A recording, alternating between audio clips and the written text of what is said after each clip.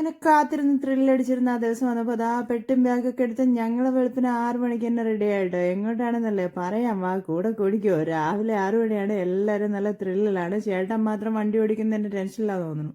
പക്ഷെ കുട്ടികളൊക്കെ നല്ല അടിപൊളിയായിട്ട് എൻജോയ് ചെയ്യുന്നുണ്ട്. വെളുപ്പിന് 6 മണിയാണ്. ഇവരൊന്നും സത്യം പറഞ്ഞാൽ രാത്രി ഉറങ്ങിയിട്ട് പോലുമില്ല. രാവിലെ എഴുന്നേറ്റ് ഒന്ന് തുള്ളുന്നുണ്ടല്ലേ. പക്ഷേ ഈ ഒരു വെയിൽ കണ്ടാൽ നിങ്ങൾക്ക് തോന്നുന്നുണ്ടോ ഇതൊരു 6 മണിയാണെന്ന്? നല്ല സന്നിയായിട്ടുള്ളൊരു ദിവസമാണ്. ഞങ്ങൾ ഈ പോകുന്നത് സ്കോട്ട്ലൻഡിലേക്കും. ഒരു 8 മണിക്കായപ്പോൾ എല്ലാവർക്കും പതുക്കെ വിശപ്പൊക്കെ ആയി തുടങ്ങിയിട്ടോ. അപ്പോൾ പിന്നെ ഒരു സർവീസ് സ്റ്റേഷൻ്റെ അടുത്ത് നമ്മൾ പതുക്കെ സൈഡാക്കി. അതും നല്ല താഴ്വാരത്തുള്ളൊരു സർവീസ് സ്റ്റേഷൻ, നല്ല വ്യൂ ഒക്കെ ആയിരുന്നു. അപ്പോൾ അവിടെ ഇരുന്ന് കാറ്റൊക്കെ കൊണ്ട് കുറച്ച് സ്നാക്സൊക്കെ കയ്യിലുണ്ടായിരുന്നു. അതൊക്കെ കൊണ്ടുവന്ന് അതിൽ ബ്രേക്ക്ഫാസ്റ്റ് പതുക്കെ ഒതുക്കാമെന്ന് വിചാരിച്ച് അങ്ങനെ അവിടെ ഇരുന്ന് കുറച്ച് സൊറയൊക്കെ പറഞ്ഞ് കാലും നീട്ടി ഒന്ന് റിലാക്സ് ചെയ്തതിന് ശേഷം ദാ വീണ്ടും യാത്ര.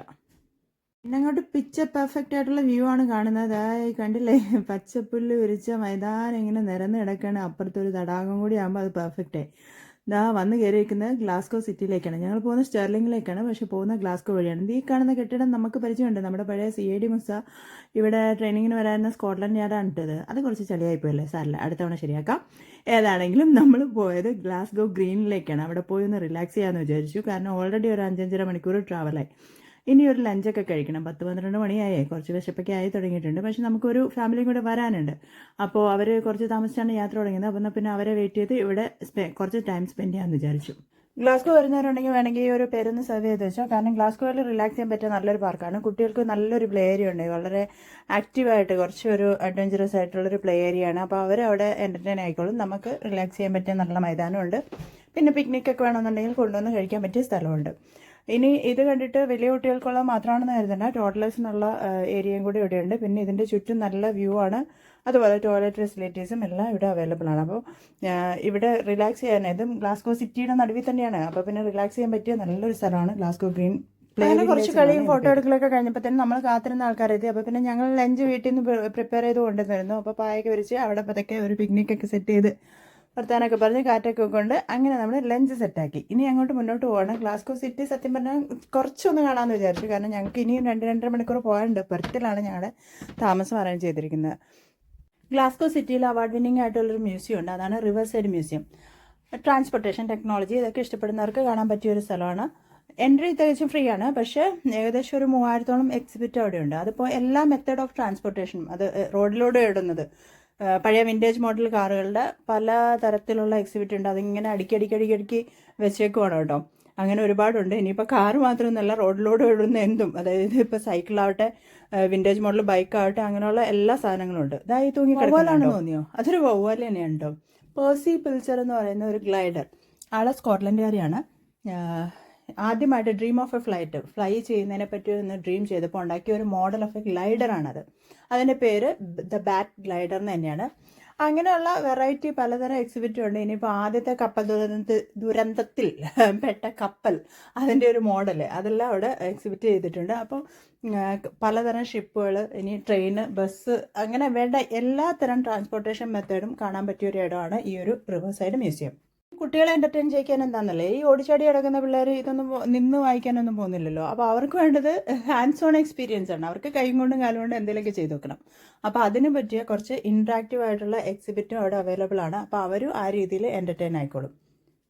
കുട്ടികൾ അങ്ങനെ അവിടെ സൈഡായി. എനിക്ക് ഏറ്റവും കൂടുതൽ ഇഷ്ടപ്പെട്ടത് ഗ്ലാസ്ഗോ സിറ്റി, പഴയ ഗ്ലാസ്ഗോ സിറ്റി, ഹിസ്റ്റോറിക് ആയിട്ടുള്ള ഈ ഒരു സിറ്റി അവരവിടെ റീക്രിയേറ്റ് ചെയ്ത് വെച്ചിട്ടുണ്ട്. അതൊരു ഏരിയ മുഴുവനായിട്ട് അന്ന് ആ സിറ്റിയിലുണ്ടായിരുന്ന എല്ലാ ഡീറ്റെയിലിങ്ങോടും കൂടി, അതായത് ചെറിയൊരു ബേക്കറി ഷോപ്പ് ആയിക്കോട്ടെ, സലൂൺ ആയിക്കോട്ടെ, അതെല്ലാം അവരവിടെ റീക്രിയേറ്റ് ചെയ്തിട്ടുണ്ട്. അപ്പോൾ ശരിക്കും ആ ഒരു പഴയ സിറ്റിയിലൂടെ നടക്കുന്നതായിട്ടുള്ള ഒരു ഫീലിംഗ് നമുക്ക് കിട്ടും.